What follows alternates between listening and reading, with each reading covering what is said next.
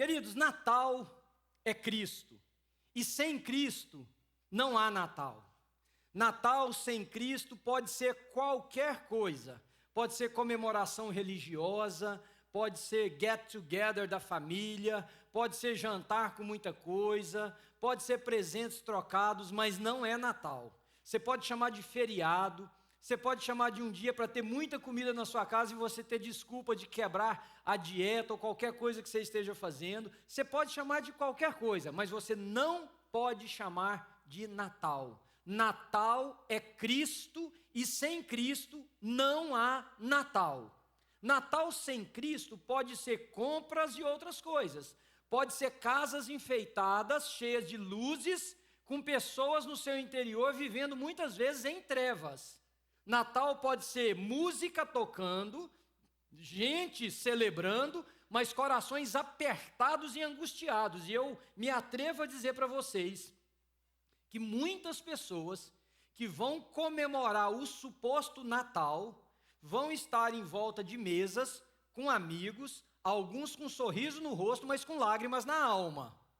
Alguns com sorrisos no rosto, mas com apertos horríveis no coração. Alguns celebrando o suposto autor da vida, mas com medo tremendo de viver o próximo dia, por angústias, por dores, por fobias, por medos que assolam cada minuto da vida dessa pessoa. Então eu acho que celebrar Natal sem Cristo tem 3 características.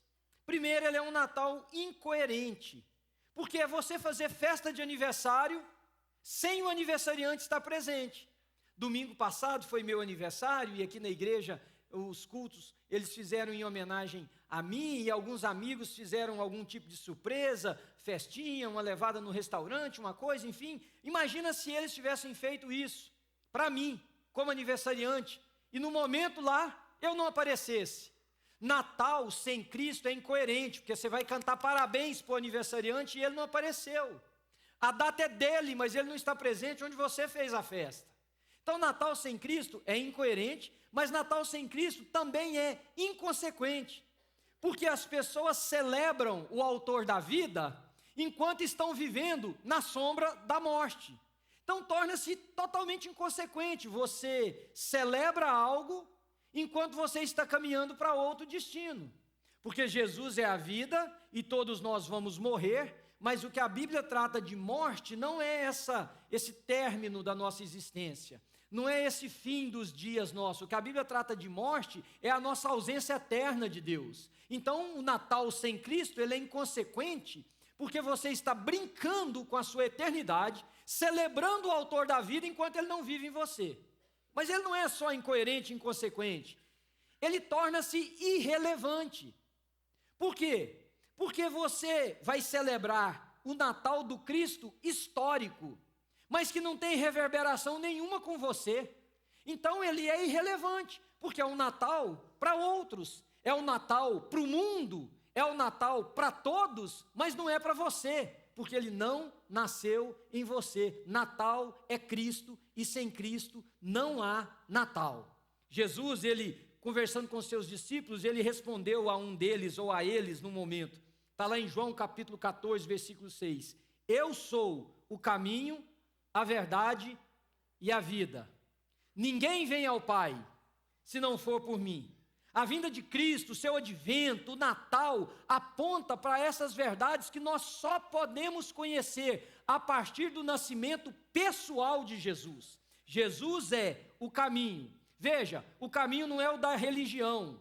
Muitos têm entendido o caminho como porque quando a gente fala a palavra caminho, o que nos vem à mente é uma delimitação de direção. Ou seja, eu vou andar por essa estrada, eu vou andar por essa rua. Tem os limites das faixas, tem os limites do sidewalk, do meio-fio. Eu vou andar nesse trieiro aqui no capim. Então tem a delimitação onde tem capim de um lado e de outro. Eu vou andar numa picada no meio da floresta. É o lugar onde os galhos foram cortados, onde as árvores foram retiradas. A nossa impressão de caminho é de delimitação. Por isso que muitos acham que andar no caminho é andar na igreja.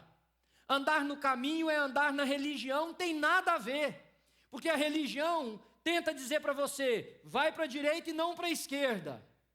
A igreja diz para você, coma isso, não coma aquilo. Beba isso, não beba aquilo. Celebre desta maneira, não celebre daquela outra. E você acha que essa baliza, que essa bitola existencial é o caminho. Mas não, o caminho não é isto. O caminho aqui, que Jesus é o caminho, quer dizer que Ele é o caminho, porque quando eu o conheço ou Ele nasce na minha vida, toda a minha vida passa a ser direcionada por Ele. Então eu não tenho mais lugar de ir que não seja lugar que Jesus me conduza. Eu não tenho mais decisões a tomar, a não ser as decisões que Jesus me influencia. Eu não tenho mais desejos, a não ser os desejos que Ele me ajuda a cumprir. Então Ele não é um trieiro, Ele é a vida que agora passa a habitar em mim e eu nele, e com isso eu me torno uma pessoa andando no caminho que é o próprio Senhor Jesus. E é por isso que nós temos na igreja, nas igrejas, tantas pessoas que se dizem no caminho, mas estão absolutamente perdidas.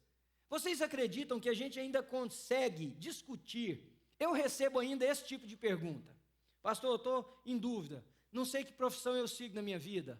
Se eu vou ser, sei lá, açougueiro ou carpinteiro.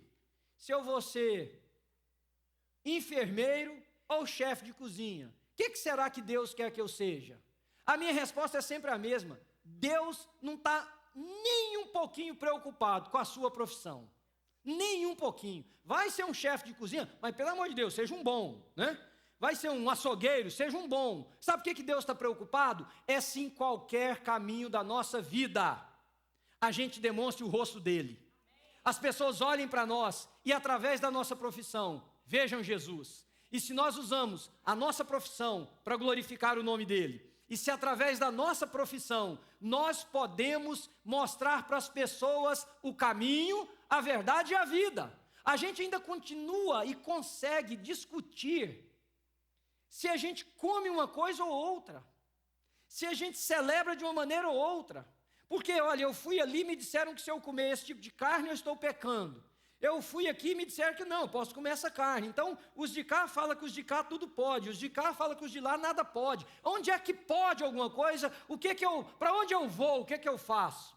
Essas são as pessoas que encontraram o caminho da religião, mas não encontraram o caminho de Jesus. Sabe por quê? O Senhor Jesus diz o seguinte: quer comais ou quer bebais, façais tudo, dando a Ele louvor, honra e glória. Então sabe o que é estar no caminho? Não é decidir se eu comer esse tipo de carne ou se eu como aquele tipo de carne. Estar no caminho é saber que comendo esta ou aquela, eu estou glorificando o Senhor na minha vida, nas minhas celebrações, nas minhas amizades. É completamente diferente de encontrar esse caminho dogmático, esse caminho de proibição. O cabelo é de tal maneira, a tatuagem pode ou não pode, o brinco é só um ou pode pôr um outro mais para cima, umas mediocridades existenciais de quem quer viver numa bitola da religião, para não só justificar as suas posições, como criticar os que têm posição diferente. No caminho, sabe o que nós pensamos? Tudo o que eu fizer tem que trazer honra e glória para Ele, porque convém que Ele cresça e que eu diminua, convém que Ele seja adorado, convém que Ele seja amado, convém que Ele seja procurado, convém que as pessoas o vejam através de mim. Então Ele veio para mostrar o caminho, por quê? Porque nós estávamos perdidos, nós estávamos, como foi dito no Velho Testamento, como ovelhas que não têm pastor, perdidos pelo caminho. Então Jesus veio para mostrar que Ele é o caminho. Numa outra passagem, no livro de Mateus, ele diz assim: espaçosa é a porta e largo o caminho que conduz à perdição, mas estreito, sinuoso, cheio de curvas e com alguns problemas é o caminho que conduz à vida eterna. Entrai por ele, porque muitos são os que vão tomar o outro e vão se perder. Então Jesus não é o caminho porque Ele aponta. Diferente de mim como pastor, diferente da nossa denominação como religião, Jesus não diz assim: faz isso, não faz aquilo. Jesus fala: vem andar em mim, através de mim, vem andar e conviver comigo, porque eu sendo o caminho, você vai saber fazer escolhas, você vai saber tomar decisões, você vai saber onde ir e onde não ir, você vai saber o que falar e quando fechar essa boca grande, você vai saber que tipo de prazer é prazer e que tipo de prazer, embora prazeroso, deve ser abandonado, porque agora eu vivo em você e você em mim. Então é esse o caminho. Eu estava perdido. Jesus não é só o caminho, ele é a verdade e a vida, ou seja, ele é a diferença entre o que é verdade e o que é mentira, porque nós estávamos enganados. Paulo diz isso à igreja em Roma, que nós estávamos enganados pela uma mentalidade que domina este século, que nos faz imaginar que andar com Cristo, por exemplo, é dar dinheiro numa igreja, é sentar aos domingos no banco de uma igreja. Sabe, nós estamos dominados por uma mentalidade que me diz que eu posso ser cristão e viver a vida do jeito que eu quiser, com as minhas escolhas, com os meus valores, com as minhas opções. Paulo diz para a igreja em Roma que nós estamos debaixo dessa mentalidade, mas Jesus veio para fazer diferença entre verdade e mentira. Nele nós encontramos o que é a verdade. E a verdade é que Cristo Jesus é o Senhor da nossa história e que a partir do momento que Ele nasce na nossa vida, a nossa vida toma um rumo completamente diferente, uma mentalidade diferente. Por isso Paulo diz: irmãos, rogo-vos pelas misericórdias de Deus, que apresenteis os vossos corpos como sacrifício vivo, santo e agradável a Deus, que é o seu culto racional, e não vos conformeis com este século, não vos conformeis com a mentalidade dominante, não vos conformeis com a mentira que é ensinada, mas transformai-vos pela renovação da vossa mente, para que vocês então possam experimentar qual seja a boa, perfeita e agradável vontade de Deus para a vida de vocês. Então Jesus, ele veio mostrar não só o caminho, mas nos convidar para andar nele. Ele veio para fazer diferença entre verdade e mentira. E ele veio porque ele disse: eu sou o caminho, a verdade e a vida, para assim como ele gerou vida em nós, nos transformar em geradores de vida. Então veja, Natal não é festa, queridos. Deixa eu explicar uma coisa para você. Eu e você estávamos mortos, e nós éramos, por determinação, inimigos de Deus. Nós estávamos afastados de Deus, nós estávamos condenados à morte eterna. Dá o nome que você quiser, ao inferno. Pensa nisso da maneira que você quiser pensar. Deixa sua mente devagar e mostrar para você cenas macabras, o que você quiser. Esse era o meu destino, esse era o seu. Mas lá no livro do profeta Isaías diz assim, que ele tomou sobre si as nossas dores e as nossas enfermidades, o castigo que nos traz a paz estava sobre ele, pelas suas pisaduras nós fomos sarados. Deus em Cristo Jesus fez cair sobre ele o nosso pecado, para que essa separação acabasse, para que eu e você pudéssemos ter vida, para que nós pudéssemos ser trazidos para ele. Então Jesus, quando nasce, gera em mim e em você vida. Só que quando ele nasce em nós, nós geramos vida nos outros. Ele nasce em nós, a vida é gerada em nós, e por causa disso, nós geramos vida em outros. O que me entristece muito é saber que muitas pessoas vão celebrar Natal, que é vida porque Cristo nasceu, mas elas não podem de maneira dizer que são promotores de vida, geradores de vida, porque por onde elas passam, elas deixam um rastro de tristeza, elas deixam uma marca de agressão, elas deixam marcados a separação, elas causam dor. Jesus não nasceu em pessoas assim, não nasceu. O que nasceu, ou o que aconteceu foi Natal, aconteceu isso aqui, olha, sacolas com presentes, comidas nas mesas, bebidas nas mesas, música tocando, e num momento a gente dá o presente e recebe, e com um olhar meio pálido e um sorriso sem graça diz, Feliz Natal, mas na verdade não tem ninguém gerando vida, não tem ninguém promovendo vida, porque Cristo não nasceu, João, capítulo de número 14, versículo 6, diz assim, eu sou o caminho, a verdade e a vida, ninguém vem ao Pai senão por mim. Vida é só em Cristo, e não há nada, irmãos, nada, não há capacidade intelectual, não há número de posses e bens que a gente tenha, não há parentesco com gente importante, não há tempo de frequência em igreja que me salve, não há.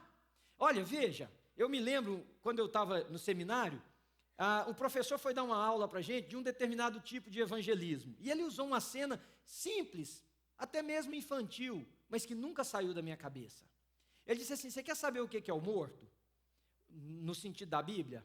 Ele foi e falou assim para cada um de nós: fica perto de um parceiro aí e põe a mão, pega o seu parceiro pelo cabelo. Aí, seguramos assim, né? Aí ele falou assim: se você subir numa cadeira, se você ficar mais alto que esse parceiro seu, você consegue pelo cabelo tirá-lo do chão, ou arrancar o cabelo dele. Você tem força para isso. Ok? Agora tira a mão do cabelo do seu parceiro e põe a mão no seu próprio cabelo. Tenta te tirar do chão. Faz toda a força do mundo. Você vai arrancar seu cabelo. Você vai ficar com dor de cabeça. Mas você não vai conseguir nada. Porque você não pode exercer força suficiente sobre o seu corpo para retirá-lo do chão. Não está em você. É contra a lei da física. A gravidade exerce em nós uma força maior. É necessário que você tivesse um apoio acima do objeto que você quer levantar. Tentar fazer com que você seja salvo por sua própria força é morto tentando levantar, não tem jeito. É contra a natureza. A salvação, Paulo explicando em Efésios, no capítulo 2, ele diz assim: irmãos, pela graça sois salvos mediante a fé. Isso não vem de vós, é dom de Deus. Não de obras para que ninguém se glorie, para que ninguém bata no peito e diga assim: eu me salvei, eu fiz, eu tenho, eu pude, eu posso. Não, depende dele usar a sua misericórdia, e ele usou. O dia que ele mandou Jesus nascer, para que todo aquele que nele crê não pereça, mas tenha a vida eterna. Agora veja, vamos pensar nesse nascimento de Jesus como luz, porque em João, capítulo de número 1, versículo 4, diz assim: em Jesus, ou nele, estava a vida, e a vida era a luz dos homens. Quando eu falo de luz, eu não estou falando dessa coisa esotérica, dessa coisa kármica, porque tem muito cristão hoje que ele acha que concilia Cristo com cristal, que ele concilia Cristo com pirâmide, que ele concilia Cristo ou cristianismo com coisas que veio da terra santa, uma terra que você vai pisar, uma pedrinha que você, uma pedrinha que você põe debaixo do travesseiro, né? Não é desse besterol que eu estou falando, não é dessa coisa. Eu li uma pesquisa que diz que nunca na história da humanidade houve tanto interesse pela espiritualidade como nós temos no dia de hoje. Aí eu fiquei interessado, fui ler a pesquisa. A pesquisa não fala de espiritualidade cristã. A pesquisa fala de espiritualidade. As pessoas hoje querem ser espirituais, mas espiritual pode ser ficar em posição de lótus, fazendo a tarde inteira. Pode ser um canto gregoriano, pode ser um cristal, uma pedra, uma flor, um trevo, um negócio que você bota sei lá onde. Eu já encontrei cristão, não vou nem falar direito, porque senão a pessoa... carregando um determinado negócio. Falei: o que é isso? Pastor, esse negócio aqui, pastor, você precisa ter um. Falei: o que é que eu preciso ter? Isso aqui, olha, foi tirado lá do jardim do Getsemane. Tiraram lá, quebraram para mim uma flor, pastor, eu sequei, carrega aqui na minha Bíblia. Irmãos, não tem nada a ver isso, irmãos. Tá certo, você quer ir lá pegar uma flor, pega a flor. Pega uma pedrinha, pega até a areia, não tem problema, põe lá na sua casa você pisar, o que você quiser fazer. Agora, não entenda Jesus como esse ser, porque místico ele é, mas místico nesse sentido esotérico. Quando eu falo de luz, eu não estou dizendo essa coisa mística, eu estou dizendo que Jesus é a luz no sentido de fazer diferença. Sem ele eu não enxergo, sem ele você não enxerga, sem ele eu não sei o caminho, você também não, sem ele nós estamos perdidos. Ele é luz no sentido de apontar para nós. Então vejam, Cristo nasceu para que sua luz pudesse nos iluminar, e assim, iluminados, pudéssemos aprender o que significa estar no caminho, andar na verdade e gerar vida. Então Cristo veio para que as escamas dos meus olhos caíssem. Cristo veio para que a escuridão que eu andava se tornasse luz. Cristo veio para que eu não precisasse mais ficar tateando, andando, como ele disse aos fariseus, que são mortos, carregando outros mortos para a sepultura, é cego, guiando o cego. Não, ele veio para me dar luz. Quando ele nasce para que eu conheça o caminho, para que eu saiba a verdade e para que eu possa gerar luz. Então presta atenção no que eu quero te ensinar. Essa luz, que é o caminho, que aponta o caminho que nós devemos conhecer, ele aponta esse caminho por 3 razões. Para que a gente aprenda a conhecer, seguir e obedecer o caminho. Bem rapidinho para você. Conhecer por quê? Porque, irmãos, se Deus não iluminar o nosso coração, presta atenção, eu não me converti. Vou te dar uma má notícia, você não se converteu. Eu fui convertido a Jesus e você foi convertido. Quando você diz eu me converti, você está querendo dizer que você é o autor da sua conversão, e não é. Se Ele não vier e iluminar os nossos olhos, nós não temos capacidade de saber o caminho. Nós conhecemos de Jesus, historicamente, religiosamente, nós conhecemos de Jesus, mas conhecer a Jesus é só se Ele iluminar os olhos do nosso coração. Ele precisa vir e retirar aquela venda. Então a luz vem para que a gente possa o conhecer. Mateus capítulo 7, versículo 13, que é o texto que eu citei para vocês da porta, para vocês saberem qual o caminho que vocês devem andar. Mas essa luz vem também para a gente aprender a seguir. Porque uma vez que a gente o conhece, presta atenção, é muito fácil. Eu não sei se já aconteceu isso, tem um caminho que você é acostumado a andar nele. Aí você está no caminho que você está acostumado a andar e fala assim, eu vou pegar essa rua aqui hoje. E aí você pega a rua e pega uma latada grande junto com a rua. Já aconteceu isso? Uma fria. Ou quando o GPS diz para você assim, vai por aqui. Aí você fala assim, mas eu sei um atalho aqui que esse GPS não está sabendo. Ou seja, você é capaz, na sua tolice, imaginar que um sistema de posicionamento global, que procura as ruas que estão com menos trânsito, e te indicam o caminho, se você der um atalho, você vai dar um golpe no GPS. E aí, de repente, você entra na rua e fala, Jesus Christ, onde é que eu entrei? Onde é que eu entrei? Alguém estava me levando em São Paulo, e eu não conheço São Paulo para dizer isso, mas acho que Deus me deu essa luz aqui naquele momento. Pessoa, eu não gosto de chegar em aeroporto em cima da hora, ficar angustiado, correndo, aquele negócio. Então, me larga lá, que I take my time, não tem problema. Aí esse irmão muito querido estava me levando para o aeroporto, e tem ali o viaduto em Aracanduva, quem é de São Paulo aí sabe. E de longe eu vi, falei, rapaz, aquele negócio está congestionado. Não, mas é só ali. É só ali. E eu estou dentro do carro assim, né, tentando enxergar 5 milhas para frente, mais ou menos. Falei que está congestionado. E a última saída antes do viaduto chegando. Ele falou assim, não, mas isso aqui, pastor, está na minha mão, conheço isso aqui. Tá. E eu fui logo no meu telefone e botei no Waze, Aeroporto Internacional de Guarulhos, tal, e é onde a gente estava. Na hora que eu vi, estava vermelhinho, que nessa roupa de Natal que vocês estão usando aí tudo. Falei, meu irmão, entra naquela saída ali. Mas é mais longe. Falei, não importa, não, o voo é meu, se eu perder fui eu. Tal. Entra nessa coisa. Irmãos, nós entramos. Eu não sei se você ouviu falar num incêndio que teve lá em São Paulo, pouco tempo atrás, agora numa favela. Era a favela debaixo do viaduto. Estava parado e ficou parado por cerca de 4 horas. Aí, depois que nós andamos, saímos lá na frente, ele falou assim, que ideia essa sua, hein, pastor? Eu falei, porque eu sou um cara muito brilhante, inteligente, GPS. Mas você já viu gente que quer dar o golpe no GPS e entra numa fria? Encontrar o caminho não é tudo. Seguir o caminho, porque tem gente que encontra, mas depois que entra, acha que é o dono do caminho. Ele esquece que o caminho não é seu.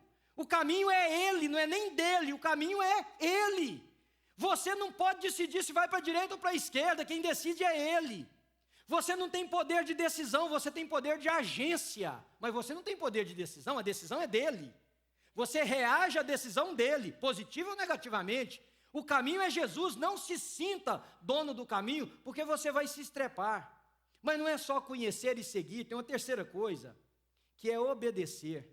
Lá no texto de 1 de Samuel, capítulo 15, versículo 22, tem um texto interessante, né? Que é quando Saul volta da batalha, se não me falha a memória, com os filisteus, e ele volta da batalha, não é com os filisteus, é um outro povo. Ele vem e Deus diz para ele, não traga nada, não traga absolutamente nada. E aí ele está voltando da batalha e o profeta está escutando as vacas, está escutando os carneiros lá, as ovelhas, o negócio. E aí o profeta vira para ele e fala assim, mas que barulho é esse? Ele foi e falou assim, pois é, eu trouxe o melhor para Deus, eu trouxe o melhor para Deus, eu peguei as melhores vacas, peguei as melhores ovelhas, os melhores carneiros e trouxe para Deus, porque afinal de contas, Deus merece o melhor. E aí Deus vira por intermédio do profeta e diz para ele assim, por acaso, tem mais prazer o Senhor em que se sacrifique do que em se obedeça. Irmãos, notícia aqui um pouquinho dura para você. Se você é cristão, se você é, porque eu sei que eu falo para uma audiência toda manhã, que tem muita gente que é cristão e muita gente que não é cristão, eu não nego isso, não que eu estou julgando a sua vida, de maneira nenhuma, é porque eu sei que em qualquer lugar nós vamos ter isso, ainda mais no ano de 2018, entrando 2019, ainda mais, me ouçam, numa sociedade pós-moderna, onde todo mundo tem o maior orgulho de dizer, eu não dou satisfação para ninguém, eu faço o que eu quero, a hora que eu quero, do meu jeito. Você não é cristão. O cristão perdeu a vontade. O cristão perdeu o direito. Aliás, eu disse aqui no primeiro culto e vou repetir, muitas vezes eu e todo cristão fazemos, você vai concordar comigo se você é cristão, o que nós não queremos, mas é porque é o que Ele quer que nós façamos. E um dia conversando com uma pessoa, ele disse assim, eu falei, eu vou fazer isso contra a minha vontade. Ele falou assim, mas então não tem valor. Eu falei, não tem valor? Deixa eu te explicar, minha vontade é de voar no seu pescoço. Minha vontade é de voar no seu pescoço. Sabe por que eu não vou fazer isso? Porque essa não é a vontade dele, então você dê valor. Você dê valor. Irmãos, o cristão perde a vontade. Agora você, que acha que Jesus nasceu, que celebra Natal, com os enfeites e até de toquinha, você que dá presentinho e tem comida, acha que Jesus nasceu, quando você sabe que você está escolhendo o que Ele não quer que você escolha. Quando você faz porque você relativiza e diz, não, mas eu tenho direito, eu tenho vontades, é a minha vida. Não, não é a sua vida. Não, você não tem direito, e você também não tem vontade. A minha vontade é fazer a vontade daquele que me arregimentou, e o próprio Senhor Jesus Cristo disse, nem só de pão viverá o homem, mas de toda palavra que profere da boca de Deus, e Ele mesmo disse que a vontade dele era fazer a vontade do Pai.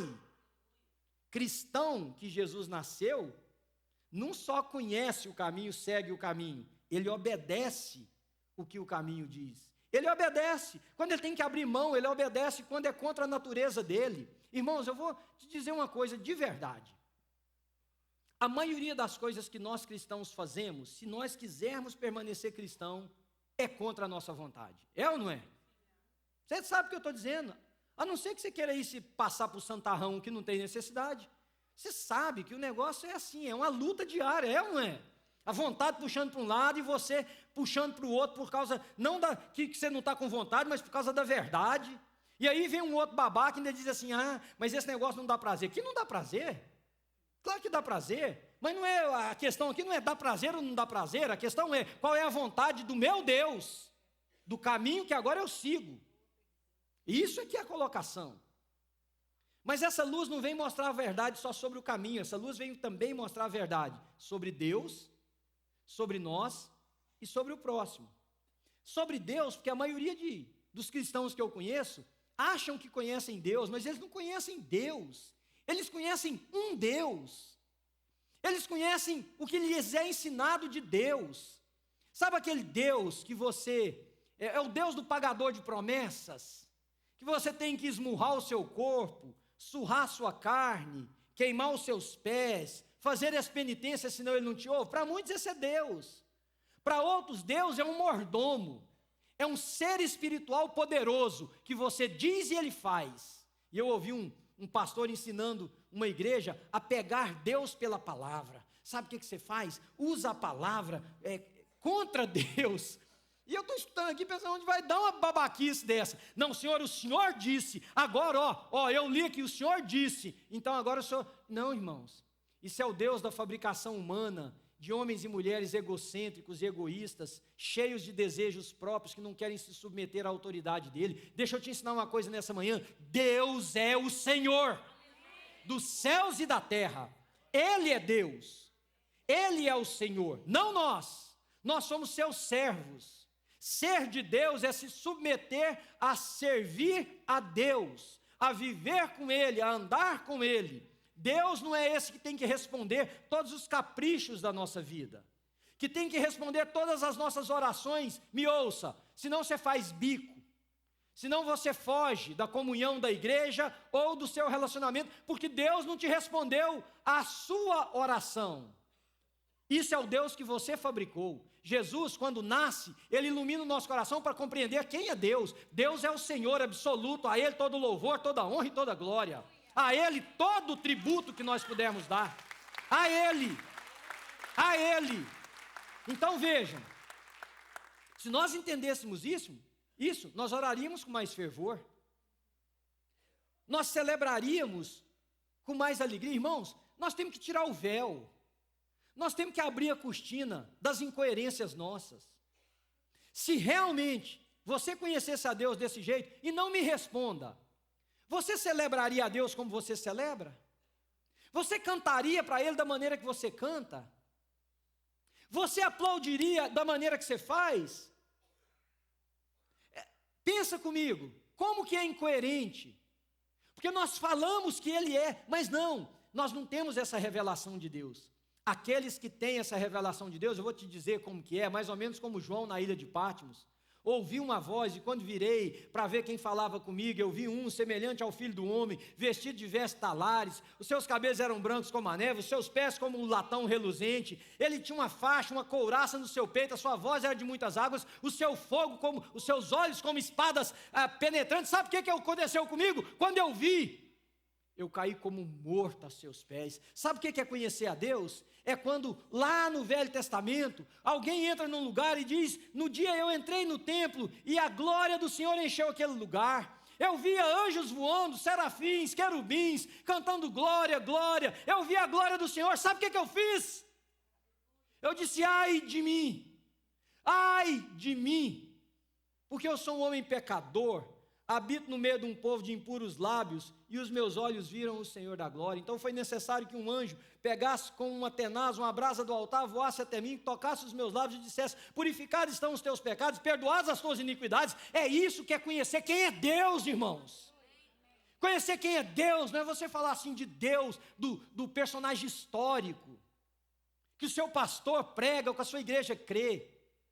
Então só Jesus ilumina para a gente conhecer, porque Filipe disse assim para Jesus: Senhor, mostra-nos o Pai e isso nos basta. E aí Jesus disse para ele: Filipe, há tanto tempo estou convosco que vocês me perguntam, ou você me pergunta: mostra-nos o Pai? Quem vê a mim, Filipe, vê o Pai. Jesus é a expressão maior do ser de Deus. Jesus é a expressão maior da glória de Deus.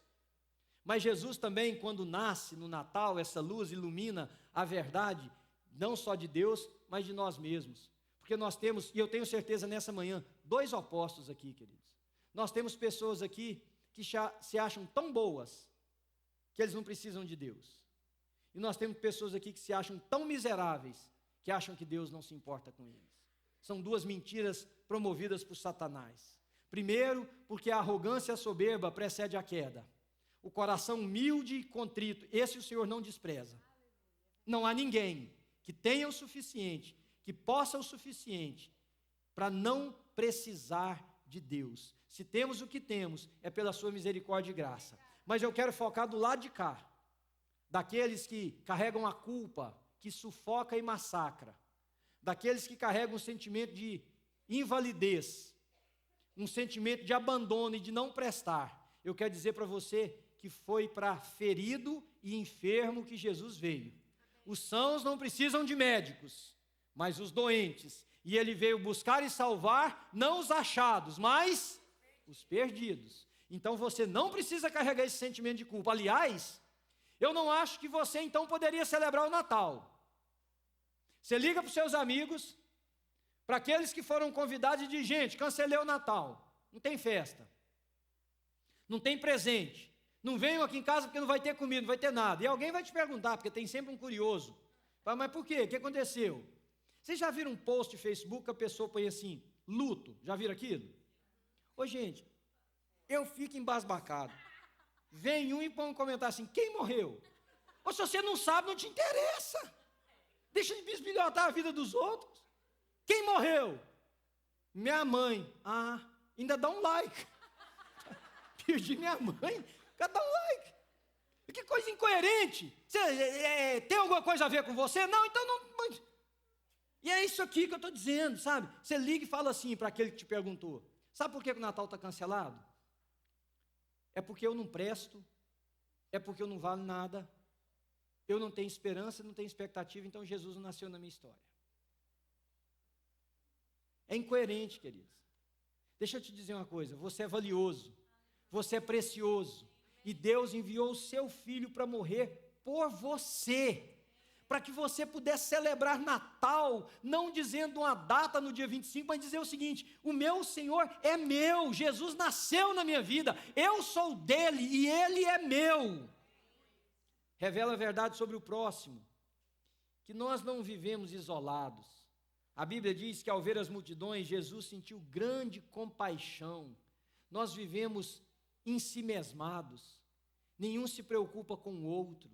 Para nós pouco importa se alguém está morrendo sem Jesus. Eu não estou dizendo morrer para essa vida, mas morrendo sem Jesus. Como é que você vai celebrar Natal, que mostra o caminho, que diferencia a verdade e que nos torna promovedores de vida, se você não gerou vida em ninguém? E você não gera vida em ninguém, sua casa é horrível.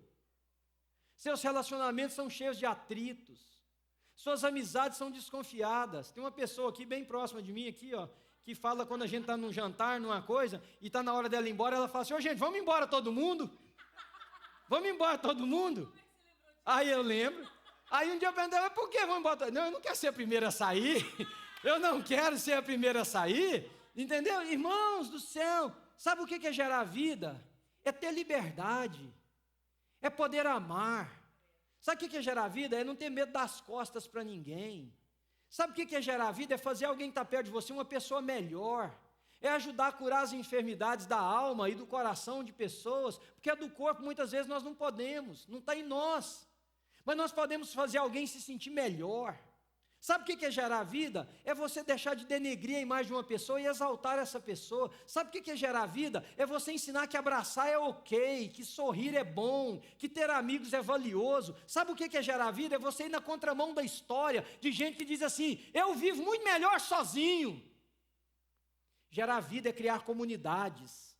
Jesus veio para apontar o caminho que era ele, para diferenciar entre mentira e verdade, mas para dizer o seguinte: nós precisamos gerar vida nas pessoas. Gerar vida, nossa comunidade cristã tem que gerar vida, tem que promover vida nas pessoas. E eu quero concluir com vocês o último ponto que eu não pude falar no primeiro culto. Essa luz, ela mostra o caminho que é Jesus, ela aponta a verdade sobre quem é Deus, quem sou eu e quem é o meu próximo, mas essa luz, ela é a vida abundante, ela é a vida que Jesus quer gerar em nós. E eu vou terminar com isso. Jesus quer gerar um tipo de vida em nós que a maioria de nós não vive. A maioria dos chamados cristãos. Por quê? Porque a grande maioria dos chamados cristãos não são cristãos. Eles não pertencem ao cristianismo. Eles pertencem à cristandade. Duas coisas diferentes. Cristandade é a formatação institucionalizada dos valores do cristianismo. Cristianismo é viver a vida de Cristo em nós. Então essa luz que aponta para a vida, quer que a gente tenha a vida dessa maneira. Primeiro, uma vida abundante. Jesus veio para que nós tivéssemos vida, e tivéssemos vida abundante. Vida abundante não é abundância de bens. Ter bens é muito legal. Você ter o dinheiro que você quer, para fazer as coisas que você gosta, para fazer alegre a vida das pessoas que você quer fazer alegre, você ter para repartir, isso é muito bacana. Mas vida abundante não está ligado a isso. Vida abundante não está ligado nem à condição de saúde nossa, porque alguns de nós carregam algumas enfermidades que vai ter que lidar com ela aí pela vida. E eu já contei aqui na igreja hoje, que muitas vezes eu fui em hospitais, aconselhar gente que eu sabia que ia morrer, que a família tinha me contado: pastor, tem pouco tempo de vida, vai lá, conversa com essa pessoa, por uma razão ou por outra, porque não era cristão, ou para trazer um conselho, e eu chego lá, a família não sabia que a pessoa sabia, e aquela pessoa parece que está vivendo uma vida abundante, muito mais do que muitos que eu conheço. O corpo está em decadência, mas a alma está em celebração. A carne dói, mas o espírito está alegre. Sabe, vida abundante, queridos, eu vou fazer contrastes para vocês de vida abundante. Vida abundante numa casa é quando o casamento é prazeroso e que apesar dos anos, dos embates, das dificuldades, das rugas que ele tem, ele continua inspirando você a querer continuar. Isso é uma vida abundante. Vida abundante são os filhos te admirarem e você ter amor pelos seus filhos. Vida abundante são as suas amizades serem boas. E quando você está perto de um amigo, seu amigo pode dizer o seguinte: eu comecei a conhecer o céu, porque eu sou o seu amigo. Sabe o que é vida abundante? É as nossas mãos estarem cheias. Sabe o que é vida abundante? É mais do que presente ali, presente aqui. Vida abundante é uma comunidade de irmãos alegre, festiva, generosa, bondosa. Sabe o que é vida abundante? É a gente se livrando cada dia das coisas que nos separam de Deus e nós vamos aprendendo a encher o coração da presença dEle. Isso é uma vida abundante. E eu sinto que muitas pessoas que vão celebrar o Natal nesse ano não podem dizer para si que vivem uma vida abundante. Segundo, essa vida que Jesus quer gerar em nós, ela não é só abundante, ela é uma vida generosa. Porque se Jesus é a nossa mensagem, queridos, generosidade deve ser o nosso estilo de vida. Veja, se Jesus é a nossa mensagem, generosidade é o nosso estilo de vida. Jesus veio, Ele se deu, Ele se entregou por amor de mim, que não tinha nada para dar para Ele, que não tinha mérito nenhum. Ele se deu, é altruísmo, é entrega, é generosidade. Então não há como você celebrar o Natal nessa vida fechada no seu mundinho.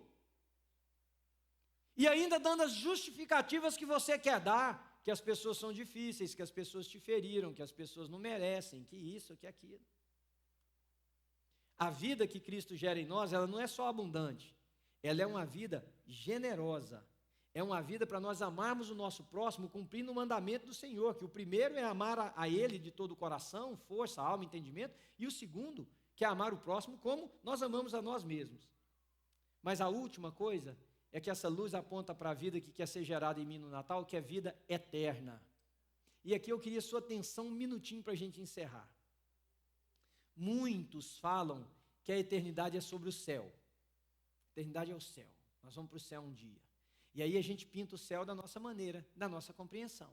Uns botam São Pedro lá na porta do céu, né, tipo checando as credenciais de quem entra. Outros falam que o céu... Eu vi uma pessoa falando o seguinte, uma vez, para alguém. Espero que não ofenda ninguém isso, tá, gente? Vocês estão entendendo? A gente dá risada, porque é das nossas próprias misérias mesmo. Uma denominação veio uma pessoa aqui para a nossa igreja, muito tempo atrás, que não podia usar calça comprida, só tinha que usar saia.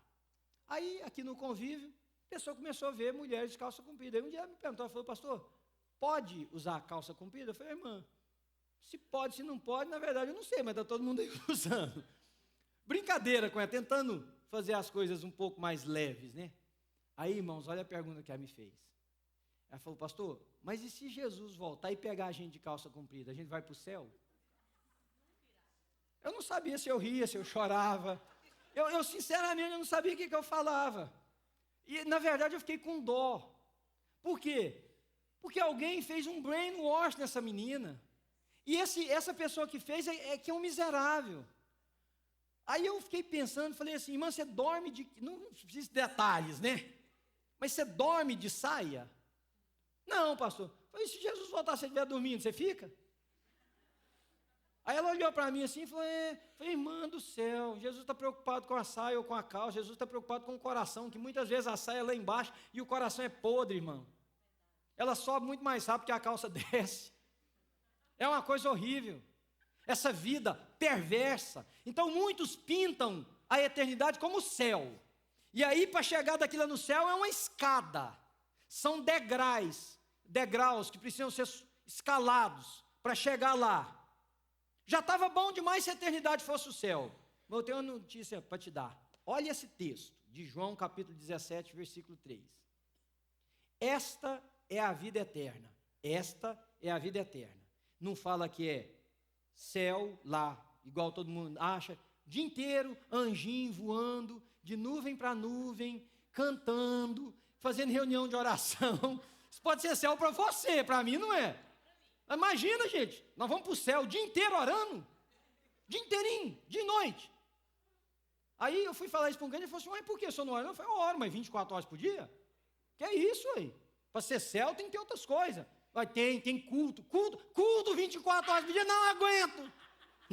Não aguento.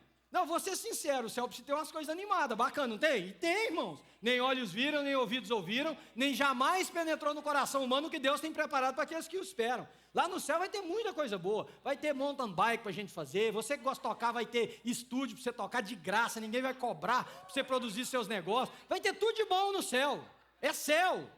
Mas olha aqui, olha, João 17:3. Esta é a vida eterna. O que é a vida eterna, irmãos? Me dá um minuto que eu vou terminar. Que te conheçam o único Deus verdadeiro e a Jesus Cristo a quem enviaste. Sabe o que é a vida eterna? A vida eterna é o período que nós vamos passar com Deus, onde não haverá mais dor, mais tristeza, mais choro, mais pranto, nem esperança vai haver mais, porque já tudo se completou. Isso é a vida eterna. Mas a vida eterna não é aquele período apocalíptico distante lá na frente. A vida eterna começa o dia que você conhece Jesus Cristo de Nazaré. O dia que Ele nasce na sua vida, começou a eternidade.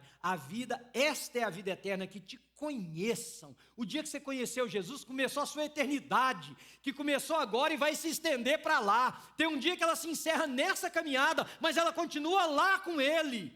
Sabe o que é a vida eterna? É conhecer a Deus, o único Deus verdadeiro, e a Jesus Cristo, que Deus enviou para nascer por nós, para nos dar vida, para nos salvar. Essa é a vida eterna. E muitos que eu conheço, vivem falando da eternidade, enquanto a vida deles aqui agora parece um verdadeiro caos. 24. Você vai celebrar? Pensa comigo antes de nós orarmos. Você verdadeiramente pode dizer que Jesus nasceu em você? Você realmente pode dizer naquele dia que você encontrou o caminho, que você conheceu a verdade e que não só foi gerado vida em você, como você gera vida nos outros? Imagina você na mesa agora com aquelas pessoas lá, sua consciência diante de Deus. Você pode dizer, eu estou celebrando o verdadeiro Natal? Eu estou celebrando o Natal que não é na base da religião, que não é na base desse caminho criado pelos homens, de pode, não pode. Eu estou celebrando o Natal de alguém que conheceu a vida eterna. Você pode fazer isso? E eu vou me atrever a dizer que muitos que estão me ouvindo agora, aqui e pela transmissão, não podem. E não é porque eu estou apontando o dedo para a sua vida, é apenas porque a configuração nossa em qualquer momento pressupõe isso. Mas eu vou te dizer uma coisa, você pode mudar esse quadro hoje, agora. Porque, irmão, você já imaginou que isso aqui que está acontecendo é uma conspiração divina? Deus armou uma armadilha para você e te pegou pelo pé. Eu encontrei alguém no primeiro culto e estava bem mais frio de manhã, não sei como é que está lá de fora agora, e a pessoa entrou ali, os meninos abriram a porta para ela, e ela veio assim, encolhendo, e eu falei assim, está com frio? Ela falou, nossa, está frio, pastor, e eu tive que acordar para vir para o culto. Foi Deus armando, fazendo uma conspiração para te ter aqui, para você ouvir a voz dele, para você ter a oportunidade de deixar Jesus nascer no seu coração hoje. Pastor, eu já vou na igreja há 300 anos, irmão, eu conheço gente há 300 anos que vai para o inferno, porque Jesus não nasceu, nasceu religião, mas não nasceu Jesus. Nascer Jesus é diferente, deixa o Espírito de Deus iluminar os seus olhos nessa manhã. Às vezes não tem nada a ver uma coisa com a outra. Aliás, às vezes a pior coisa que você pode fazer para conhecer Jesus é frequentar uma igreja, porque você se entorpece, é porque você se ilude que frequência em culto te aproxima de Deus, que ouvir sermão e levantar as mãos e dar dinheiro e cantar as musiquinhas te faz cristão, não tem nada a ver uma coisa com a outra. A igreja deveria ser a reunião dos filhos de Deus para celebrar a nova vida que Deus nos deu. Mas ela pode fazer muito mal, porque você se entorpece e acha que o estilo de vida que você escolheu, que a forma que você faz as coisas, se resolve com uma ida no domingo num lugar. Se resolve com a quantidadezinha de dinheiro que você deu, se resolve com uma prece feita, se resolve com uma oração que você fez. Será que você vai poder celebrar o Natal nesse 24 ou 25 e dizer, eu posso, porque Cristo nasceu na minha vida? Mas eu estou orando, orei no primeiro culto aqui, porque eu creio que essas escamas podem cair agora, porque ele nasceu. O texto diz, o povo que vivia na região da sombra da morte viu grande luz. Você pode ver essa luz nessa manhã, querido, essa luz é Jesus de Nazaré, e ela pode vir desconstruir essa ideia que você está tendo aí, te chamar para ele, e você quebrantar os seus pés, e dizer para ele, Senhor, me salve, entra na minha vida, me domine, me controle, Senhor da minha história. Vamos orar? Feche os seus olhos e pensa nisso, deixa o Espírito de Deus ministrar a você. Eu queria pedir você, que você me desse o privilégio de você não se levantar e sair agora por 2 minutos. Porque eu estou pedindo para Deus salvar alguém aqui nessa manhã. Eu estou orando para Deus se revelar e salvar inclusive gente que tem nome em rol de membros de igreja há tantos anos. Eu estou pedindo para Deus salvar, não é aquele que nós chamamos de ímpio, é aquele que Ele vê, que o coração não tem nada a ver com Ele. Senhor Jesus, nós te damos graça, porque o Senhor veio para nos salvar. Nós te louvamos e te bendizemos, porque o Senhor se lembrou de nós. Ó Deus, mas agora pelo poder do Espírito do Senhor, eu quero orar sobre a nossa congregação e pedir, ó Deus, que o Senhor venha fazer um milagre. O Senhor venha fazer um milagre, Senhor, que é abrir a cortina, Senhor. Fazer um milagre quer dizer para essa pessoa que frequenta esta ou qualquer outra igreja, Senhor, com um estilo de vida que não tem nada a ver com o Evangelho, que o Senhor não nasceu no coração dele ou dela, que não depende da interpretação de ninguém, Senhor, é o caminho do Senhor. Eu estou orando, Senhor, para que o Senhor venha alcançar alguém aqui hoje, que não gera vida, que por onde passa, larga um pingo de morte, Senhor. Larga uma lágrima que vai vertendo, vai escrevendo a história, largando gente ferida, machucada, magoada, entristecida. Eu estou orando para o Senhor se revelar aqui, Senhor. A gente que vai ter que ter coragem de se olhar no espelho e dizer, Deus, o Natal não era isso para mim. Eu falava, mas não vivia. Deus, tem misericórdia de mim, Senhor. E essa é uma manhã de salvação, Senhor. Vem de encontro a pessoas aqui nesse lugar, Senhor. Tem gente aqui, Senhor, que o Espírito do Senhor falou com eles. E eu quero orar por esses e pedir ao Senhor que o Senhor venha, salve, que o Senhor venha, transforme, que o Senhor venha e mude. Para que seja Natal de verdade, Senhor. Nada histórico, nada mercantilizado. Natal de verdade, Jesus nasceu em nós. Faz isso, Senhor, para a tua própria glória, porque é só o poder do Senhor que pode fazer. Eu estendo as minhas mãos sobre essa comunidade e eu ministro sobre eles a bênção do Senhor, do Cristo vivo, ressurreto, que reina para sempre e que um dia voltará para nos buscar, para estarmos com Ele na eternidade. Irmão querido, que o Senhor te abençoe e te guarde, que o Senhor tenha misericórdia de nós, levante o seu rosto sobre nós, tenha misericórdia de nós. Que o Senhor sobre nós levante a sua face e nos dê shalom, nos dê paz, a paz que só o príncipe da paz pode instalar na vida de alguém. Inclusive a paz de sabermos que somos do Senhor. Qualquer coisa além disso é secundário, somos do Senhor. E que a paz do Senhor, que excede todo entendimento, seja, irmão querido, sobre a sua vida, não somente nessa manhã, mas todos os dias da sua existência. E você possa se lembrar que Natal é Cristo, e sem Cristo não há Natal. Natal é Cristo, e sem Cristo não há Natal. No nome de Jesus. E se você recebe essa bênção, você diz amém. Amém. Agora eu quero pedir